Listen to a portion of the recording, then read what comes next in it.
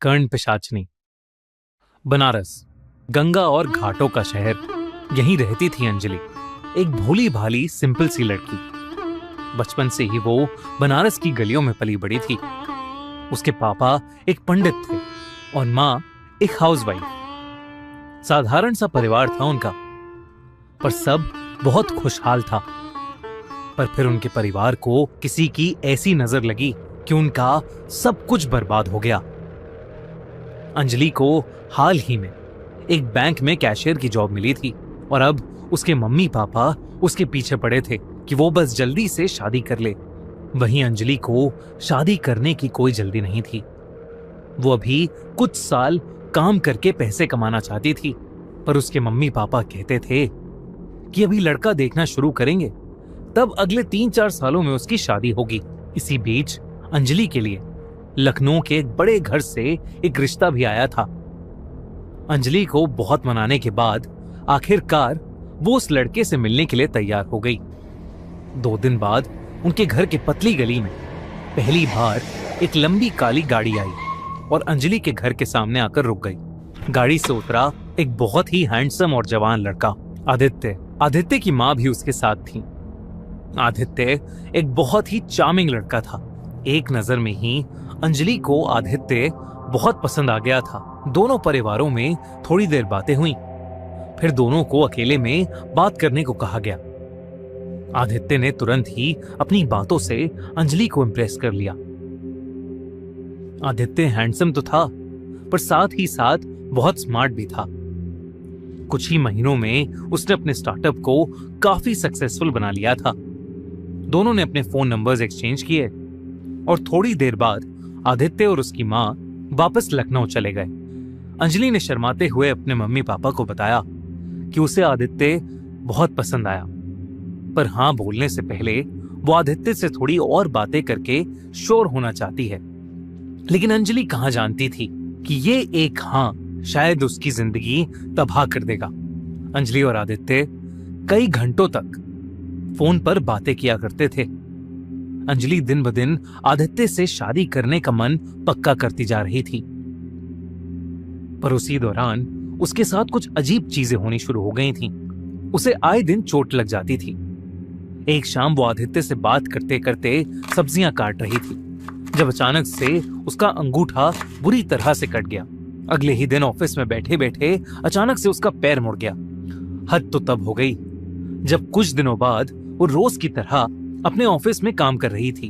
उसे प्यास लगी तो वो अपनी डेस्क से उठी, पर जैसे ही वो डेस्क से उठकर आगे बढ़ी, उसकी डेस्क के ऊपर सीलिंग फैन आकर नीचे गिर गया। अंजलि की उस दिन जान जाते जाते बची थी। अगर वो 2 सेकंड पहले ना उठती तो वो पंखा उसके सर पर गिर जाता। डरी सहमी अंजलि को उस दिन उसके मैनेजर ने जल्दी छुट्टी दे दी। उस शाम जब वो घर वापस आई तो देखा कि घर में अंधेरा है। उसे लगा कि शायद लाइट फिर से चली गई है। उसके लिए ये एक आम बात थी। उसने अपने फोन की लाइट ऑन की और अपने कमरे में कपड़े चेंज करने के लिए चली गई। बाहर आकर उसने अपनी मम्मी पापा को आवाज लगाई, पर किसी ने जवाब नहीं दिया। जब वो किचन में गई तो अंजलि ने देखा उसकी मम्मी अंधेरे में एक कोने में खड़े होकर बस जलती हुई गैस की आग को घूर रही हैं। अंजलि ये देखकर सहम गई। उसने अपनी मम्मी को पीछे से आवाज लगाई तो मम्मी ने जवाब में कहा, मुझसे दूर रहे। अंजलि कुछ समझी नहीं, किससे दूर रहने की बातें कर रही थी उसकी मम्मी। अंजलि ने फिर से अपनी मम्मी को आवाज लगाते हुए अपने फोन की टॉर्च ऑन करके अपनी मम्मी की तरफ किया। जैसे ही टॉर्च अंजलि के मम्मी के चेहरे पर पड़ी, उसकी मम्मी जोर से चीखी और अचानक से बेहोश पड़ गई। अंजलि भागकर अपने पापा को ढूंढने गई तो उसने देखा कि उसके पापा घर के मंदिर के पास बैठकर श्लोकों का जाप कर रहे हैं। उसने पापा को आवाज लगाई तो उन्होंने भी कोई जवाब नहीं दिया। वो थोड़ा और पास गई तो उसने सुना कि उसके पापा श्लोक उल्टे पढ़ रहे थे।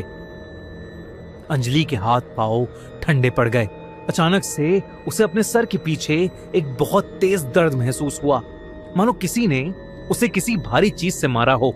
अंजलि को अचानक से चक्कर आने लगे और वो वहीं बेहोश होकर नीचे गिर गई। जब उसकी आंख खुली तो उसके मम्मी पापा उसके पास बैठे थे। अंजलि ने उनसे पूछा कि उन्हें क्या हो गया है, तो उन्होंने एक दूसरे को देखा और कहा कि उन्हें कुछ नहीं हुआ है। हुआ तो अंजलि को था। वो उन्हें उसके कमरे में बेहोश पड़ी मिली थी। अंजलि को कुछ समझ नहीं आया, क्या वो कोई सपना देख रही थी? पर बेहोशी में सपने थोड़ी दिखते हैं। और सबसे बड़ी बात कि वो बेहोश हुई तो हुई कैसे?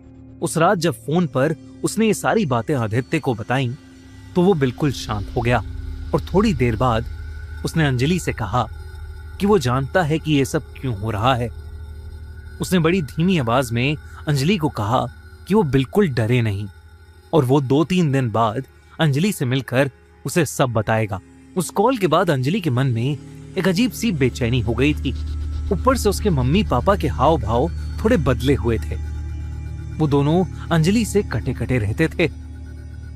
अक्सर जब वो अकेली होती तो उसे ऐसा लगता कि उसके कान में कोई फुसफुसा रहा है।